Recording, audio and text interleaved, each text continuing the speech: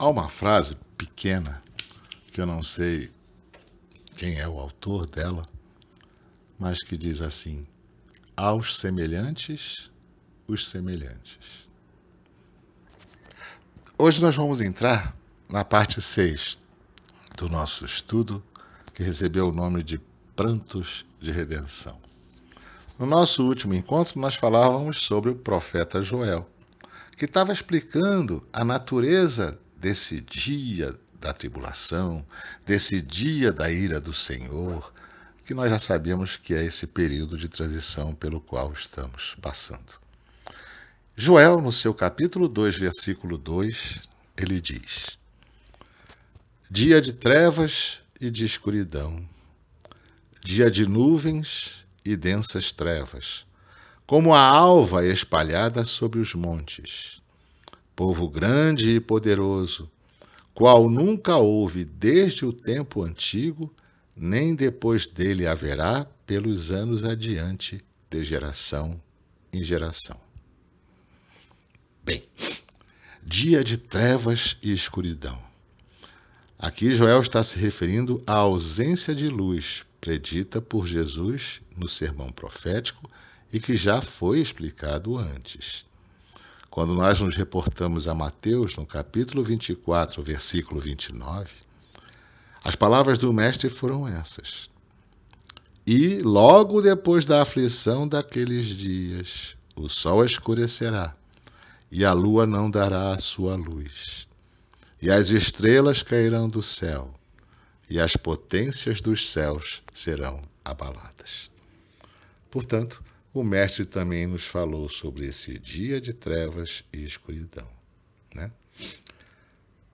Joel utiliza o termo o povo grande e poderoso. Esse povo grande e poderoso, né, nessa passagem, ele foi interpretado de muitas formas no decorrer do tempo. Isso se deve, né, há interpretações que foram dadas, não é? Desde uma praga de gafanhotos que assolaria a terra, até uma invasão de alienígenas, cada um interpretava da maneira que queria. Alguns analistas espíritas interpretam como sendo o ataque das entidades ainda malévolas sobre os irmãos da terra, que em ambos os lados da vida estiverem se esforçando para serem colocados entre os escolhidos, persistindo no bem. Vamos lembrar, porque ainda mais, além de tudo, não é? A mediunidade de todos nós, já nos foi avisado isso, ela estaria acentuada nestes dias de transição ou de final dos tempos. Então, a nossa mediunidade aumentada, a espiritualidade inferior, os revoltados contra Deus, porque sabem que não vão poder fugir do cumprimento da lei, atacando a todos nós que queremos nos colocar na posição de escolhidos, não é? E Joel escreveu: nunca houve nem depois haverá, porque essa mesma expressão foi uma expressão dita pelo Mestre Jesus. Está lá em Marcos, no capítulo 13, versículo 19. O Mestre nos disse: porque naqueles dias haverá uma aflição tal, qual nunca houve, desde o princípio da criação que Deus criou, até agora, nem jamais haverá. Porque Cristo se referia ao sofrimento pelo qual a Terra passaria nesta fase de transição, que é claro, não é? Nós já aprendemos isso, seria uma única vez. Uma vez que somente passamos de planeta de expiações e provas para planeta em regeneração, uma única vez. Não é isso? Então nós concluímos que o ataque das entidades ainda malévolas só teria força até esta atual fase de transição. E que daqui para adiante isso nunca mais ocorrerá, devido ao nosso desenvolvimento como orbe em regeneração. Um orbe em regeneração que está rumando para um orbe mais feliz, vamos dizer assim. Afinal, como já estudamos, o mal seria arrancado da terra. Lembram disso? E Joel continua, no capítulo 2, versículo 3. Ele diz assim: diante dele um fogo consome, e atrás dele uma chama abrasa. A terra diante dele é como o jardim do Éden, mas atrás dele um desolado deserto.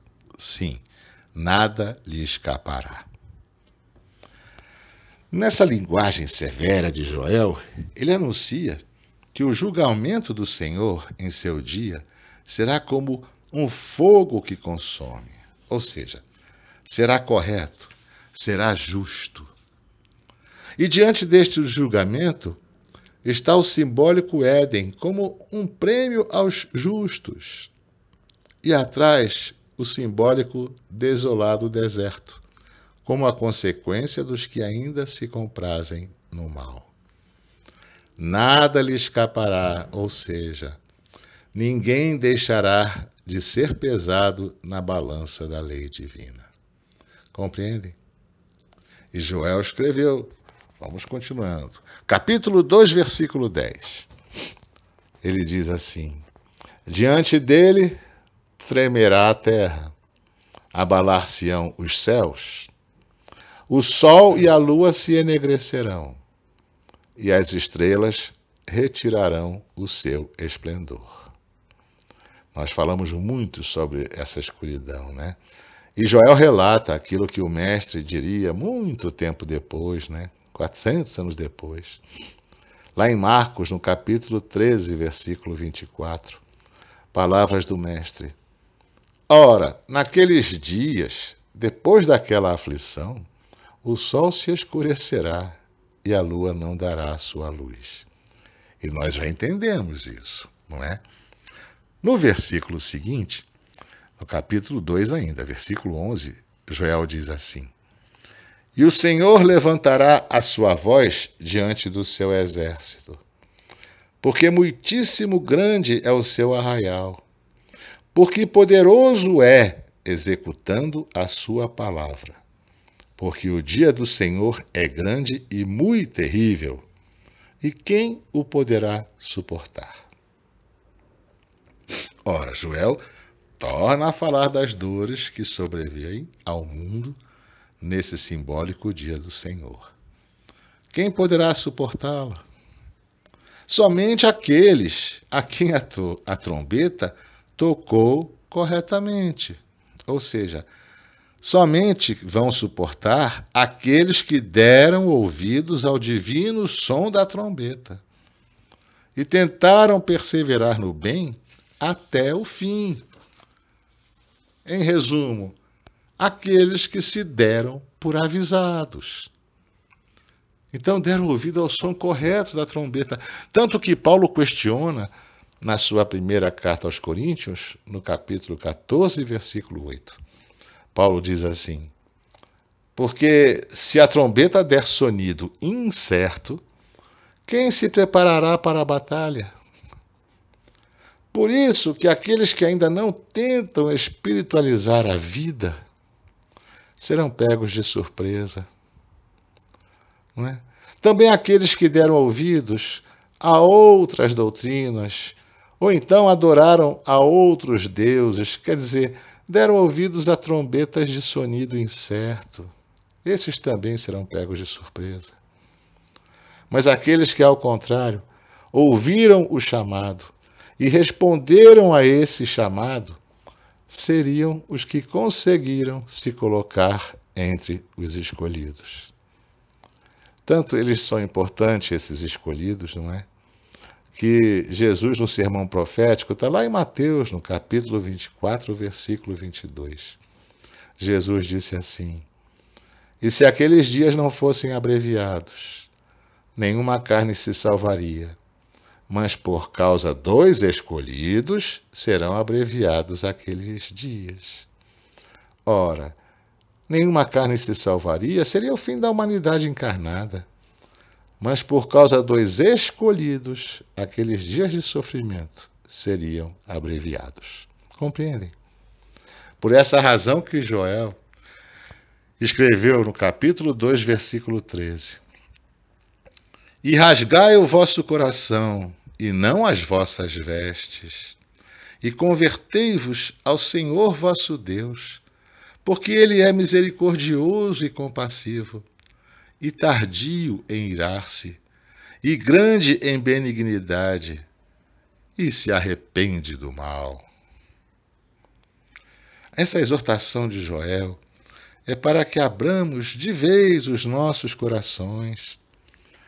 Essa exortação é para que permitamos a entrada do Cristo dentro de nós, na verdadeira parúzia, ou seja, na verdadeira volta do Cristo. De nada adianta aquelas inúteis, estéreis e infantis atitudes exteriores. Daí o profeta dizer, não as vossas vestes, não é? Rasgai o vosso coração e não as vossas vestes, porque as vestes são exteriores. As vestes não são a nossa essência. É necessária a aceitação de Deus no comando de nossas vidas, mas dentro do nosso coração. Porque o reino de Deus está dentro de nós. Lembram? Aonde está o reino de Deus? Ou não é o reino dos céus? O reino de Deus está dentro de vós. E o profeta ainda disse assim, porque ele é misericordioso, se referindo a Deus, porque ele é misericordioso e compassivo, não é? É como diz Tiago. Tiago, no capítulo 2, versículo 13, ele diz assim, porque o juízo será sem misericórdia sobre aquele que não fez misericórdia. E a misericórdia triunfa do juízo. É uma linda mensagem de Tiago, né? Se nós lembrarmos daquela bem-aventurança que o Mestre nos disse, bem-aventurados os misericordiosos, porque alcançarão misericórdia. Lembram? Daí a necessidade da nossa reforma íntima, né? E Joel continua, no capítulo 2, versículos 28 e 29. Ele diz, e há de ser que depois derramarei o meu espírito sobre toda a carne. E vossos filhos e vossas filhas profetizarão. Os vossos velhos terão sonhos, os vossos jovens terão visões. E também sobre os servos e sobre as servas, naqueles dias derramarei o meu espírito. E não é, gente, exatamente isso que está acontecendo nos dias de hoje. A mediunidade de todos nós na Terra está acentuada. E isso facilita a penetração em nossa psique, tanto de pensamentos bons quanto de pensamentos maus. Porque a nossa companhia espiritual depende do que pensamos, não é? E esse mais fácil acesso das entidades sobre nós, não é ela uma das principais causas de tantos distúrbios psíquicos nos dias atuais, quando nós sintonizamos com aquelas de baixa vibração? Quando nós sintonizamos com aquelas de baixa vibração, com essa nossa mediunidade mais aumentada nos dias de hoje, não seria isso uma das principais causas do suicídio, que está numa quantidade medonha ocorrendo hoje no planeta? Não seria isso também uma das causas de tanta gente estar trazendo tantas mensagens de esperança e de gratidão em meio ao turbilhão desses nossos tempos? Meus irmãos, gratidão é a palavra de ordem deste século. E a esperança é o fruto desta gratidão. Acreditem. Joel complementa no capítulo 2, versículos 30 e 31.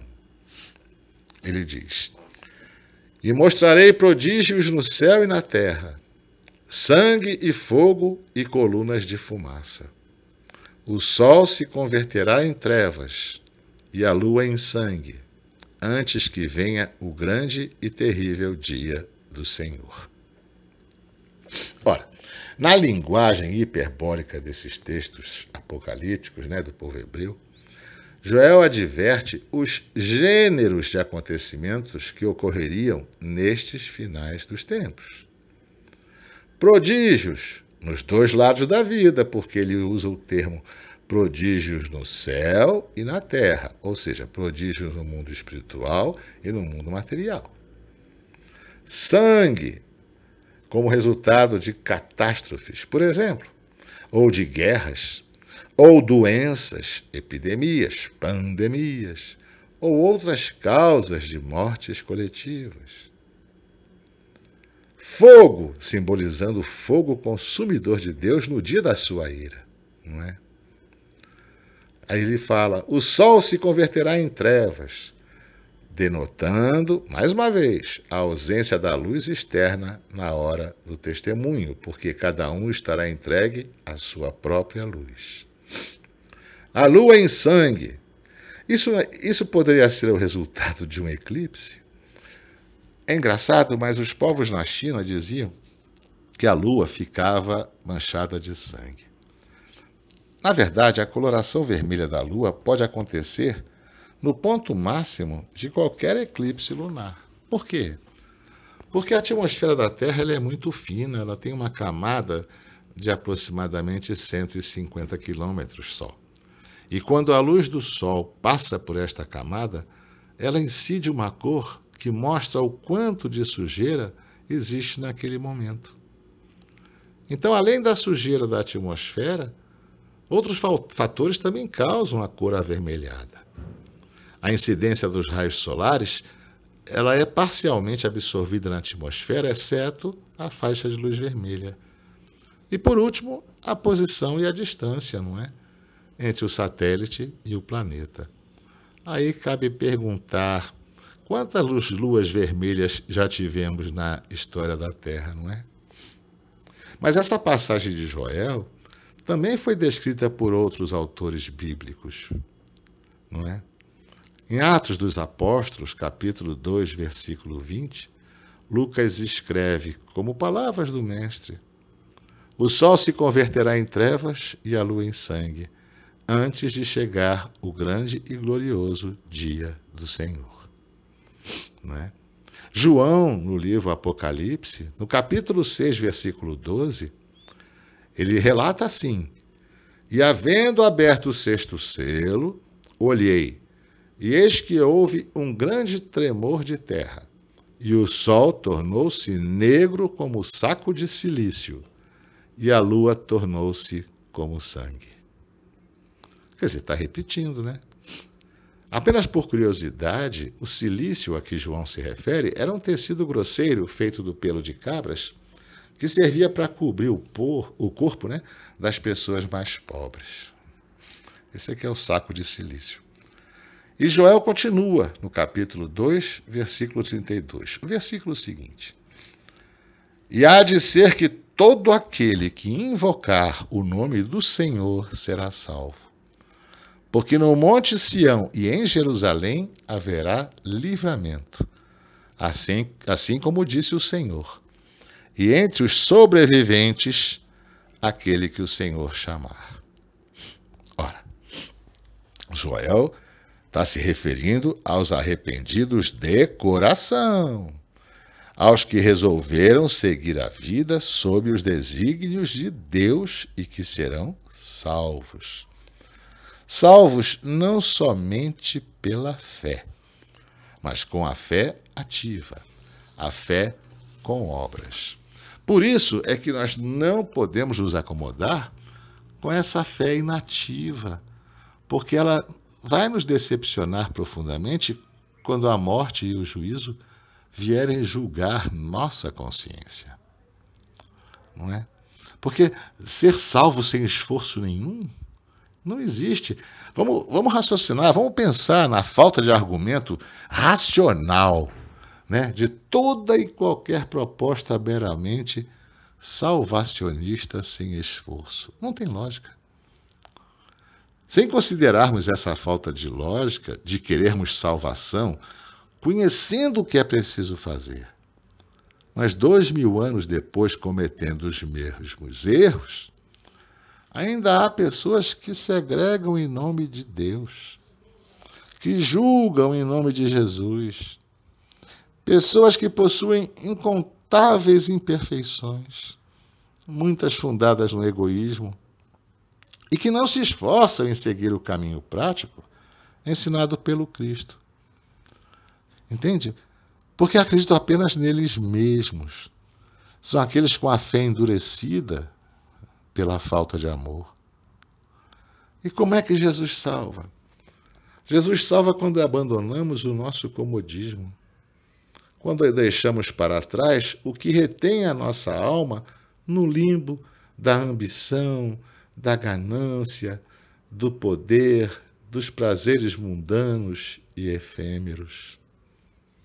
Jesus salva quando conseguimos realizar passo a passo aquela caridade que ele incentivou na parábola do bom samaritano, que foi usada como modelo de comportamento quando foi questionado, né? Quando fizeram a pergunta para ele assim: mestre, que farei para herdar a vida eterna? A resposta de Jesus foi amar o próximo, assim como a lei judaica ensinava. Aí aquele que tinha perguntado para Jesus voltou com outra pergunta: e quem é o meu próximo? Aí Jesus conta a parábola do bom samaritano, que todos são nossos próximos, e todos podem ser instrumentos ou objetos do nosso amor, não é? E o espírita verdadeiro sabe que Jesus salva, mas que para sermos salvos precisamos trabalhar, merecer, amar, realizar a caridade, nos colocarmos, enfim, na posição de escolhidos. Muitos são chamados, mas poucos escolhidos. Claro que são poucos que ouvem a trombeta tocar e lhe dão ouvida, com o som correto. Nem o homem, imperfeito como é, vai premiar alguém que nada fez por merecer, ué. Então, somente o mérito do esforço no caminho do Cristo é que dá para a fé o poder de concluir essa salvação. Esse é o modo como Jesus salva, segundo o Espiritismo. E Joel escreveu assim: no Monte Sião e em Jerusalém.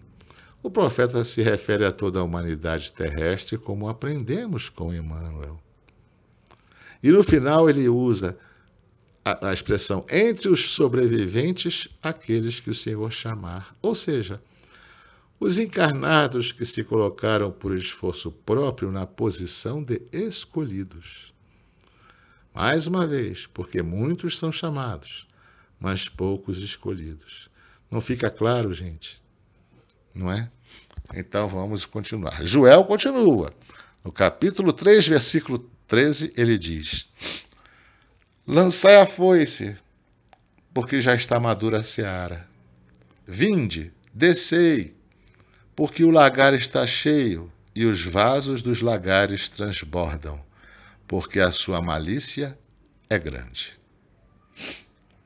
Olha, lançai a foice.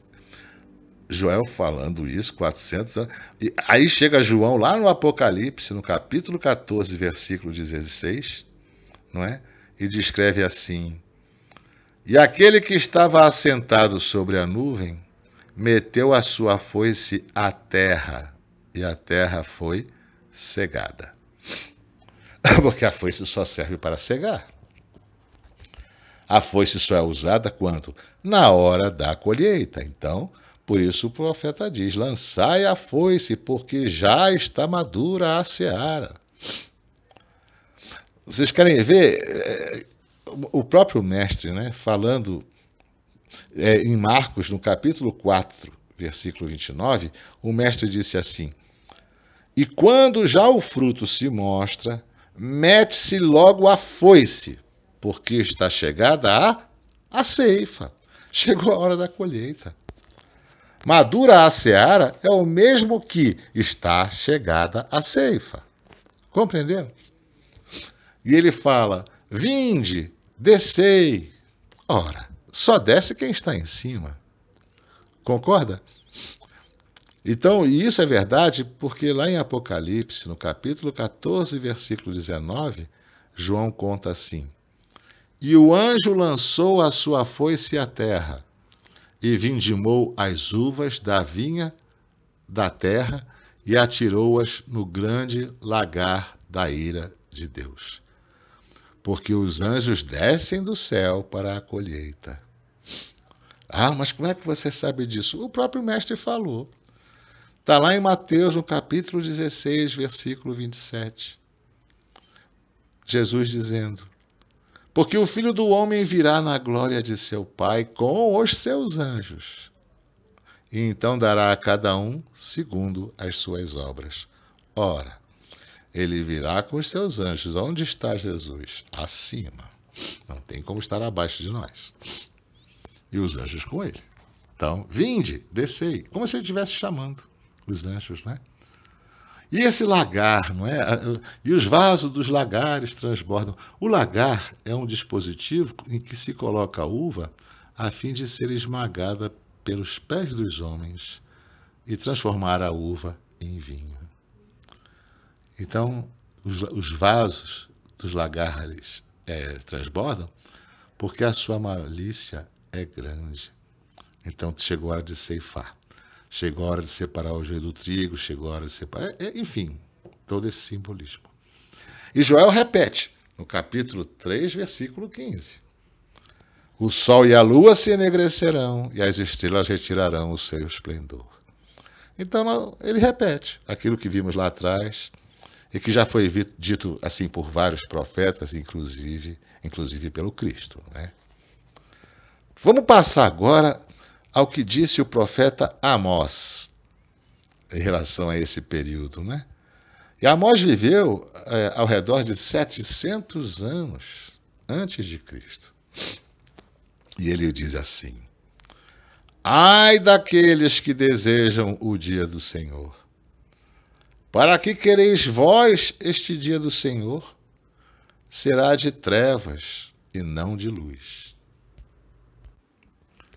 Muitos daqueles que sabem da necessidade daquele dia do Senhor, muitos daqueles que compreendem a necessidade daquele dia do Senhor, ficam em prece rogando, clamando que esse dia chegue logo. Ah, mas está tudo ruim, por que não acontece logo isso?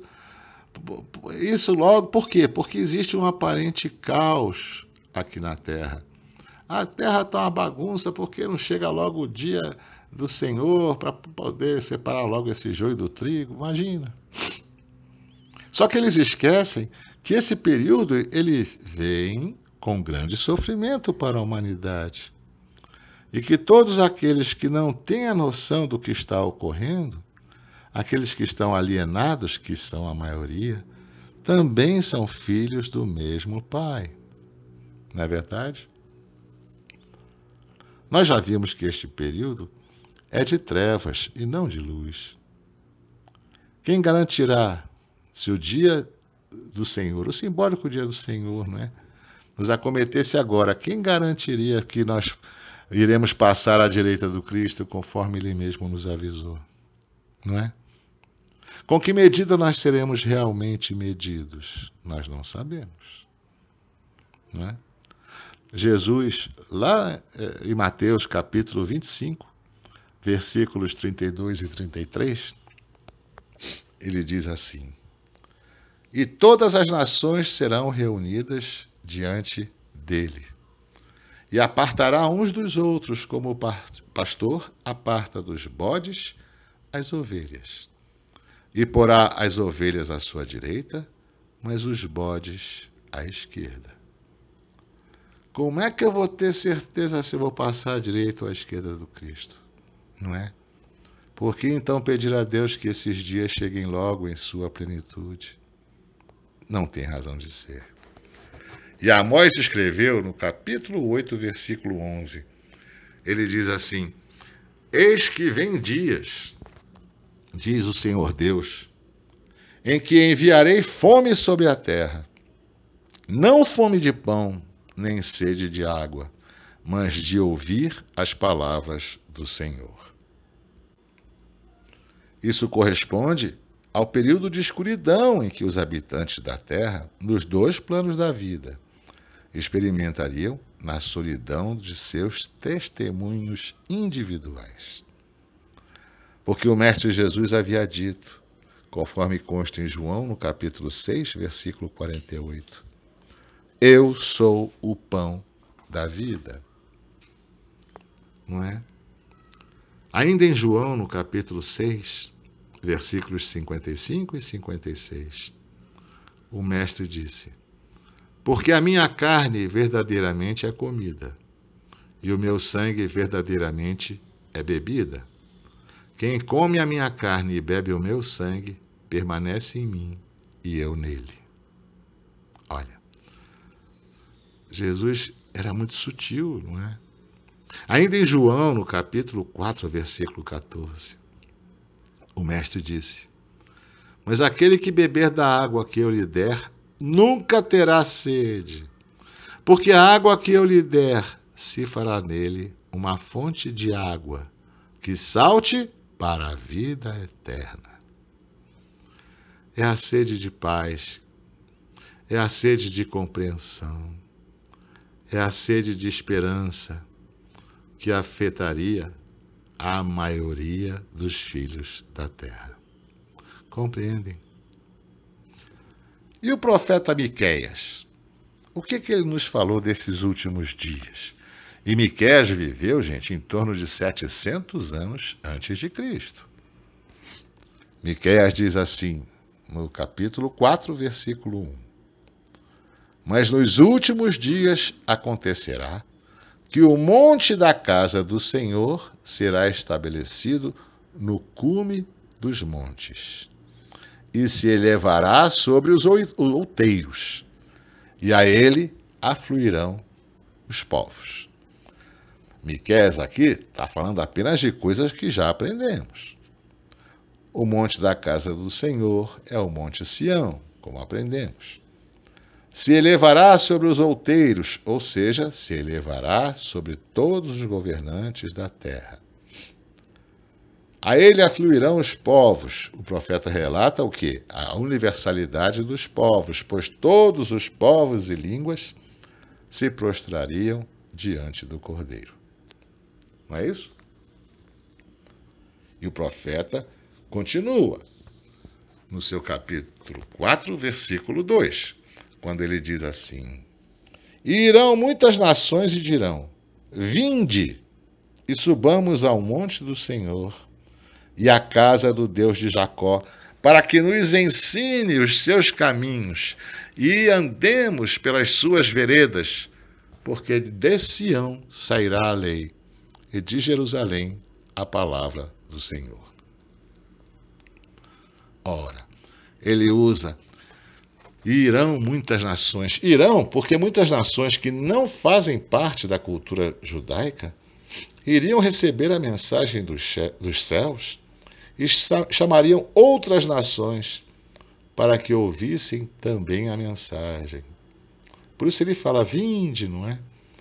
A casa do Deus de Jacó é a Jerusalém espiritual, portanto, toda a terra. Andemos pelas suas veredas, ou seja, andemos pelos caminhos daquele que disse que era o caminho, a verdade e a vida. E sem esquecer, gente, que a Boa Nova, o Evangelho, nos foi trazido pelo Mestre Jesus, um nazareno da tribo de Judá. E o Mestre nos disse, está lá em Mateus, no capítulo 24, versículo 14. Palavras de Jesus. E este Evangelho do Reino será pregado em todo o mundo, em testemunho a todas as nações. Então virá o fim. E Miqueias continua, ainda no capítulo 4, versículo 3. E julgará entre muitos povos, e castigará nações poderosas e longínquas, e converterão as suas espadas em paz, e as suas lanças em foices. Uma nação não levantará a espada contra outra nação, nem aprenderão mais a guerra. Aqui o profeta nos fala da beleza da promessa de Deus. Julgará entre muitos povos, mostrando que esse julgamento será universal, será a totalidade da terra. Virá um mundo em que a humanidade apenas conhecerá as guerras através de seus livros de história e acharão tudo isso de uma barbaridade incrível.